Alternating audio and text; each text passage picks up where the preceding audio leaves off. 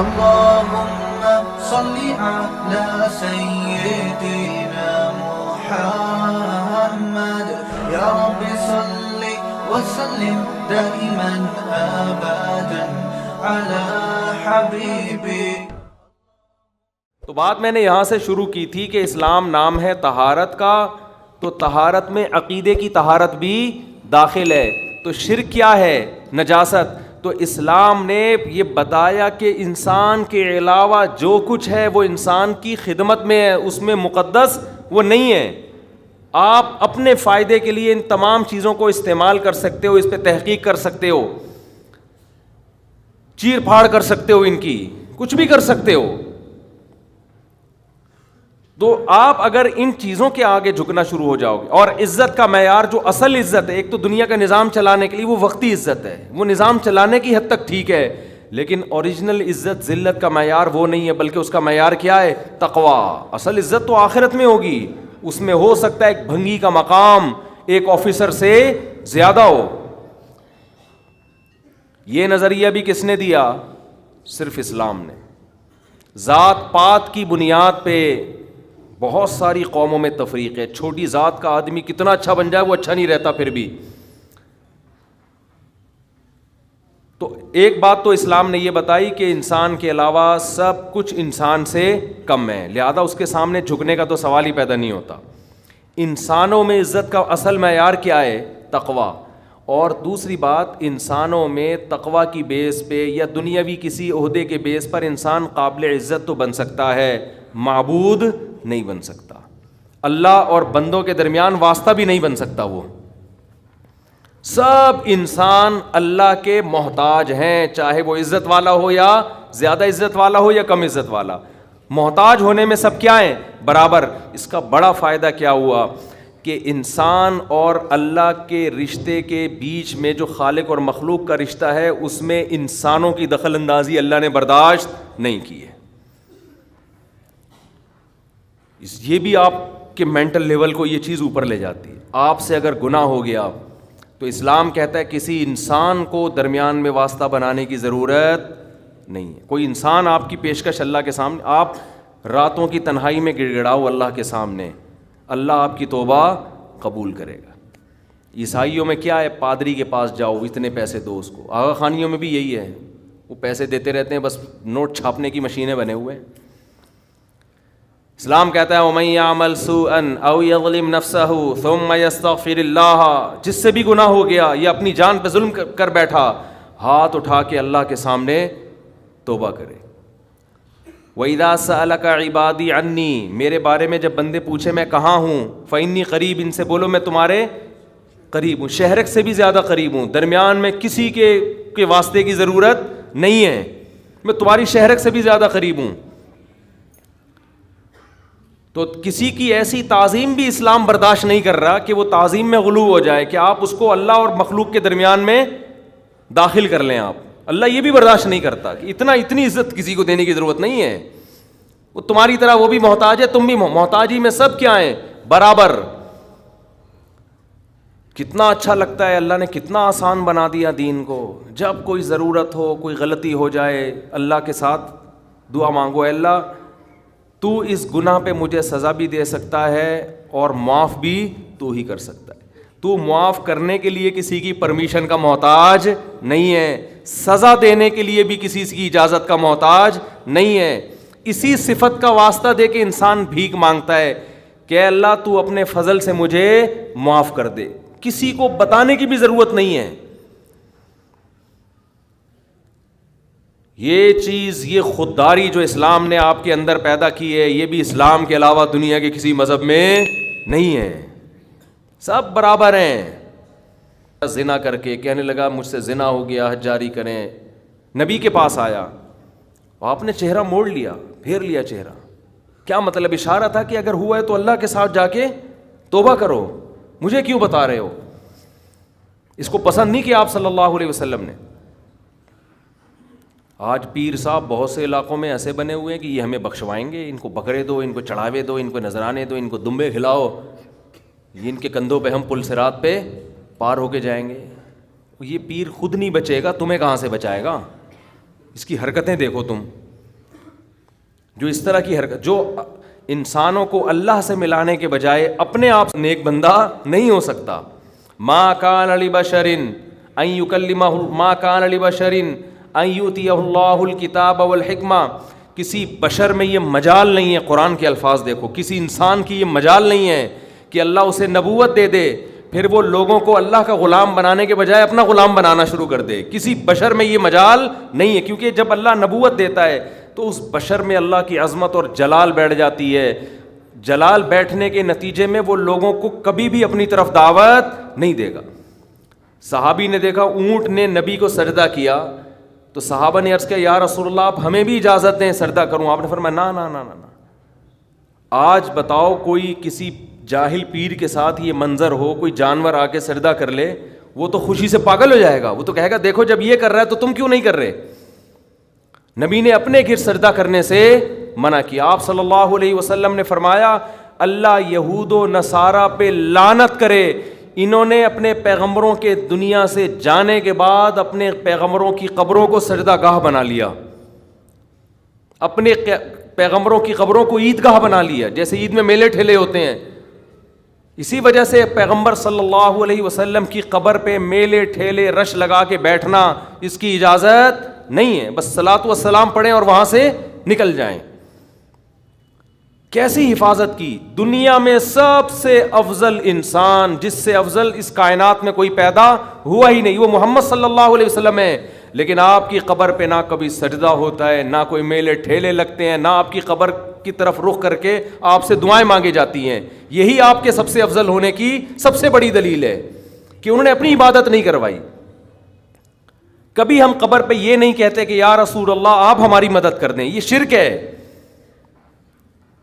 صحابہ نے ہمیشہ نبی سے دعا کی درخواست کی ہے کہ آپ اللہ سے یہ درخواست کر دیں. دیکھو قرآن کے الفاظ, بس یہ آیت پڑھ کے بیان ختم کرتا ہوں. وَلَوْ أَنَّهُمْ إِذْ ظَلَمُوا أَنفُسَهُمْ جَاءُوكَ فَاسْتَغْفَرُوا اللَّهَ وَاسْتَغْفَرَ لَهُمُ الرَّسُولُ لَوَجَدُوا اللَّهَ تَوَّابًا رَحِيمًا. پیغمبر کی پوزیشن کو واضح کیا قرآن نے کہ اگر ان سے اپنی جان پہ ظلم ہو, گناہ کر بیٹھیں, تو اگر یہ اللہ سے توبہ کریں گے یا آپ کے پاس آئیں گے اور آپ بھی اللہ سے ان کے لیے توبہ کریں گے تو یہ اللہ کو غفور اور رحیم پائیں گے. کیا مطلب؟ یہ نہیں کہا کہ نبی کو غفور رحیم پائیں گے, نہ نہ, یہ گناہ معاف کرنا یہ نبی کا وظیفہ نہیں ہے. نبی کے پاس اگر آپ جائیں گے تو اس لیے کہ یا رسول اللہ آپ اللہ کے نیک بندے, آپ اللہ سے ہمارے لیے دعا کریں. ہم بھی کر رہے ہیں, آپ بھی کریں دعا. تو نبی کے لیے جب آیا تو وَاسْتَغْفَرُوا الرَّسُولَ نہیں ہے کہ رسول سے استغفار کریں, نہ نہ نہ, رسول بھی کس سے استغفار کریں گے؟ اللہ سے. علماء کہتے ہیں درود شریف جو ہم پڑھتے ہیں نا, اللہم صلی علی محمد, اے اللہ محمد صلی اللہ علیہ وسلم پر رحمتیں بھیج, اس درود میں عقیدہ توحید اور زیادہ راسخ ہو جاتا ہے کہ ہمیں یہ سکھایا گیا ہے کہ جیسے ہم اللہ کی رحمت کے محتاج, پیغمبر صلی اللہ علیہ وسلم بھی اللہ کی رحمت کے محتاج ہیں. ہاں ہمارے درود کے محتاج اگرچہ نہیں ہیں, ہمیں جو حکم دیا جاتا ہے وہ اس لیے تاکہ ہم بھی سمجھ جائیں, لیکن ہمیں حکم دیا کہ اللہ سے دعا مانگو کہ آپ پر خصوصی رحمتیں نازل فرمائے. اس سے پتہ چلتا ہے کہ نبی بھی کس کے محتاج ہیں؟ اللہ کی رحمت کے محتاج. ہمیں دعا کا حکم دیا گیا اور ظاہر ہے اس لیے دیا گیا کہ یہ دعا اللہ قبول کرے گا اور اپنے نبی پر رحمتیں بھیجے گا. تبھی نبی نے فرمایا جو مجھ پر میرے لیے رحمت کی دعا کرتا ہے اللہ اس پہ 10 رحمتیں بھیجتے ہیں. اس سے پتہ چلا کہ نبی بھی یہ چاہتے تھے کہ مجھ سے نہ مانگا جائے بلکہ میرے لیے کس سے مانگا جائے؟ اللہ سے. میں نے جو کہا ہماری دعا کے محتاج نہیں, مطلب یہ ہے کہ ہم اگر دعا نہیں مانگیں گے تو اس خوش فہمی میں نہ رہے کہ اللہ کی رحمت نبی پہ نہیں ہوگی, تو پھر بھی ہوگی. لیکن ہمیں دعا مانگنے کا حکم اس لیے دیا گیا تاکہ یہ کانسیپٹ اچھی طرح ہمارے دماغ میں بیٹھ جائے کہ ہم نے بھی نبی سے نہیں مانگنا بلکہ نبی کے لیے بھی کس سے مانگنا ہے؟ اللہ سے مانگنا ہے. اور نبی اس پہ خوش ہو رہے ہیں کہ میرے لیے کس سے مانگا کرو؟ اللہ سے. خوشخبریاں دے رہے ہیں کہ تم میرے لیے اللہ سے مانگو گے. دیکھو جس میں تواضع ہوتی ہے وہ آپ کو دعا کے لیے کہے گا, جس میں تکبر ہوتا ہے وہ کبھی آپ کو کہے گا دعا کے لیے؟ وہ کہے گا یار میرے لیے دعا کرو کہ اللہ میری حاجت پوری کر دے، وہ نہیں کہے گا، وہ کہے گا ابے تو کون ہوتا ہے میرے لیے دعا کرنے والا، میرا خود اللہ سے اتنے تعلقات ہیں، میں خود ہی کہہ دوں گا۔ لیکن جو چاہتا ہے کہ مجھ پر اللہ کی رحمت ہو، وہ ہر ایک سے کہہ رہا ہوتا ہے بھائی میں خود تو مانگ رہا ہوں، شاید اللہ آپ کی سن لے، آپ بھی اللہ سے میرے لیے دعا مانگیں۔ تو یہ اس کی علامت ہے، یہ اپنے آپ کو اللہ کی رحمت کا، دعا کا بہت زیادہ محتاج سمجھتا ہے۔ ہمارے نبی سب پیغمبروں کے سردار، لیکن تواضع کتنی، امت کو ترغیب دے رہے ہیں کہ میرے لیے اللہ سے کیا مانگا کرو، دعا مانگا کرو، اور ترغیب دی کہ جو میرے لیے ایک دفعہ رحمت کی دعا مانگے گا، اللہ اس کو خوشخبری دے رہا ہے کہ اللہ اس پہ 10 رحمتیں نازل کرے گا۔ اور فرمایا جمعے کے دن مجھ پہ زیادہ درود بھیجا کرو۔ کیا مطلب؟ درود بھیجنا کیا ہے؟ نبی کے لیے اللہ سے دعا مانگنا۔ تو اسلام نے شرک کی بنیادوں کو جڑ سے اکھاڑ دیا کہ نہیں اکھاڑ دیا؟ اس کے بعد بھی کوئی اگر یا رسول اللہ مدد کہتا ہے، یا رسول اللہ انظر حالنا واسمع قالنا، اور نبی سے دعائیں مانگتا ہے، تو آپ سوچو وہ 180 ڈگری کے زاویے پر چل رہا ہے اسلام کی تعلیمات سے۔ اسلام ادھر اور وہ بالکل اس کے اگینسٹ، بار بار حکم دے رہا ہے اسلام کے نبی کے لیے دعا مانگو، کس سے؟ اللہ سے۔ خصوصی رحمتوں کی دعا مانگو نبی کے لیے۔ اور نبی نے یہ بھی فرمایا کہ اذان کے بعد میرے لیے مقام محمود کی دعا مانگو اللہ سے۔ ایک مقام ہے جو ایک ہی شخص کو ملے گا اس کائنات میں۔ نبی نے فرمایا مجھے امید ہے شاید مجھے مل جائے، تو اللہ سے دعا مانگا کرو۔ وَبَعَثْهُ مَقَامًا مَحْمُودًا الَّذِي وَعَدتَّهُ۔ تو نبی ہمیں دعائیں سکھا کے گئے کہ میرے لیے بھی قیامت تک دعا مانگتے رہو۔ کیسی عقیدہ مضبوط کیا ہے کہ بھائی محتاج ہی میں سب کس کے برابر ہیں، سب ایکول ہیں، سب اللہ کے محتاج۔ تو اللہ تعالی ہمیں شرک کی نجاست سے، گندگی سے توبہ نصیب فرمائے، اور ہماری ناک کے جو سینسر ہیں نا ان کو اللہ ایکٹیو کر دے کہ ہمیں شرک میں اسمیل محسوس ہونا شروع ہو جائے۔ ابھی وہ ڈیمیج ہو چکے ہیں قبروں پہ سردے دیکھ دیکھ کے، اور شرک کر کر کے، اور بت پرستی دیکھ دیکھ کے۔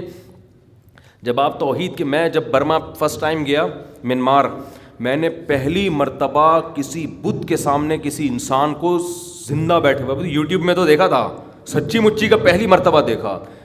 میری جو کیفیت ہوئی ہے نا وہ ناقابل بیان ہے۔ میں نے فرسٹ ٹائم یہ منظر دیکھا، ایسے مورتیاں بنی ہوئی ہیں، وحشت ان کی شکلوں سے عجیب وحشت ہو رہی، اور ایک انسان ان کے سامنے بیٹھا ہوا ہے ایسے۔ میری آنکھوں سے لاشعوری طور پر آنسو نکلنا شروع ہو گئے۔ میں نے کہا اللہ تیرا کتنا فضل ہے، تو نے ہمیں توحید پرست بنایا۔ مجھے فجر کی نماز یاد آئی کہ فجر میں کیسے ہم اللہ کے سامنے ہاتھ باندھ کے تلاوت کر رہے ہوتے ہیں، الحمدللہ رب العالمین، تمام تعریفیں اس اللہ کے لیے جو تمام جہانوں کا پالنے والا، بڑا مہربان، نہایت رحم۔ کیسے پیارے سلیکٹڈ الفاظ ہیں، اس سے خوبصورت الفاظ ہو نہیں سکتے۔ اور آپ انسان ہو کے یار اس کے سامنے کیوں بیٹھے ہوئے ہو، یہ کیا لگتا ہے تمہارا؟ تو وہ ہمارے میزبان جا رہے تھے، میری آنکھوں سے مسلسل، وہ بھی حیران۔ میں نے کہا میں نے پہلی دفعہ کسی انسان کو اتنا گرا ہوا دیکھا ہے، اتنا گرا ہوا۔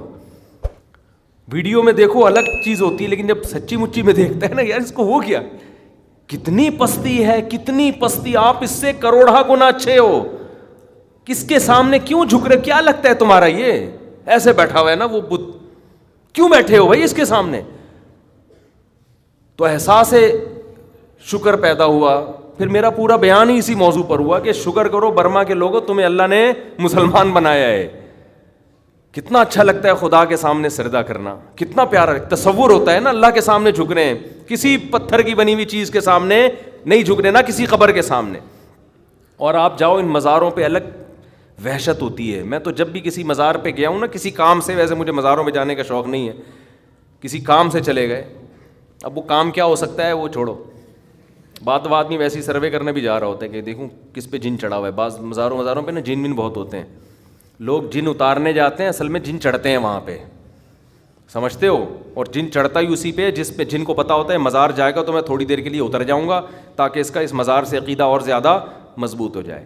جس کے بارے میں جن کو پتہ ہے کہ مزار جانا ہی نہیں ہے، جن اس پہ چڑھ کے ٹائم ویسٹ نہیں کرتا، سمجھ رہے ہو؟ تو وہاں جاؤ، دیکھو مزاروں پہ ایک عجیب سی وحشت ہوتی ہے، ایک اسمیل ہوتی ہے۔ قبر جو سیدھی ہو، ایک بالش ہو، کچی ہو، اس میں ایک الگ روحانیت اور ایک الگ نورانیت ہوتی ہے اس میں۔ تو شرک میں اللہ نے ایک اسمیل رکھی ہے, بدبو رکھی ہے, وحشت رکھی ہے, بے سکونی رکھی ہے. لیکن جن کو یہ بے سکونی محسوس نہ ہو, بدبو محسوس نہ ہو, وہ اپنی ناک کا میرے بھائی علاج کروائیں. تھوڑے دن احقر کی خدمت میں بیٹھیں. بزرگوں, میں تو بزرگ نہیں ہوں, بزرگوں کی خدمت میں بیٹھیں جا کے, کچھ اللہ کی باتیں سنیں, اللہ کی کبریائی سنیں, تو ان کو شرک میں اسمیل محسوس ہونا شروع ہو جائے گی. اور ایک چھوٹے درجے کا شرک ہے یہ جو روحانی ٹوپی ڈرامے, جن کو ہم نے سمجھ لیا کہ یہ ہماری بگڑی بنا دیں گے. یہ بھی اسی طرح لچڑ ہے کہ ان کا باپ بھی تمہارا کچھ بھی نہیں کر سکتا. یہ نہ تمہارا جن اتار سکتے ہیں, نہ تمہاری چڑیل اتار سکتے ہیں, نہ تمہیں کل کی خبر دے سکتے ہیں, نہ تمہیں یہ بتا سکتے ہیں اس پہ کس نے کیا کیا ہے, یہ کیوں بیمار ہے. ان کا باپ بھی نہیں. اس سے اچھا ڈاکٹر ہے, نفسیاتی ڈاکٹر کے پاس چلے جاؤ, پھر بھی اچھا ہے. تو یہ روحانی ٹوپی ڈراموں کا نا, چاہے کتنا بڑا بزرگ ہو, دیوبندی ہو, اہل حدیث ہو, بریلوی ہو, کچھ بھی ہو, وہ فراڈی پہلے ہوگا, یا فراڈی تو نہیں ہوگا, دماغی توازن خراب ہو چکا ہوگا. تو چھوڑ دو ان فضول پلیتے جلا رہے ہیں, تعویذ گنڈے, ادھر دھاگے, کتنے قمیض اتارو, کیا کیا نکل رہا ہوتا ہے اندر سے یار. آپ نے دیکھا ہمارے کبھی کوئی دھاگا؟ اللہ کا فضل ہے, اللہ نظر بد سے بچائے. ہمارے 14 بچے پل پل کے بڑے ہو رہے ہیں ماشاء اللہ, کھا بھی رہے ہیں, پی بھی رہے ہیں, اسکول بھی جا رہے ہیں, مدرسے بھی جا رہے ہیں. آج تک کسی کے گلے میں کوئی دھاگا نہیں لٹکایا. بہت لوگوں نے کہا یہ بیماری ہو گئی, اس کو دھاگا. میں نے کہا دھاگے واگے ہمیں نہیں اچھے لگتے, جاؤ. ہمیں بھی اس میں شرک کی اسمیل آتی ہے. جائز ناجائز کی بحث میں پڑھتا ہی نہیں ہوں. یہ کام مزیدار نہیں ہے, کام مزیدار نہیں. اللہ سے دعا مانگو. ہمارے بچے بیمار ہوئے, ہم نے دعا مانگی اللہ سے, اللہ نے ٹھیک ہو گئے. بس بہت زیادہ ہو گیا, آج بہت ٹائم لے لیا میں نے, معذرت. آج بیان دیر سے تھوڑا شروع ہوا نا, اگلے ہفتے انشاءاللہ جلدی ختم ہوگا. 2:30 بجے میں بیان ختم کر دوں گا انشاءاللہ.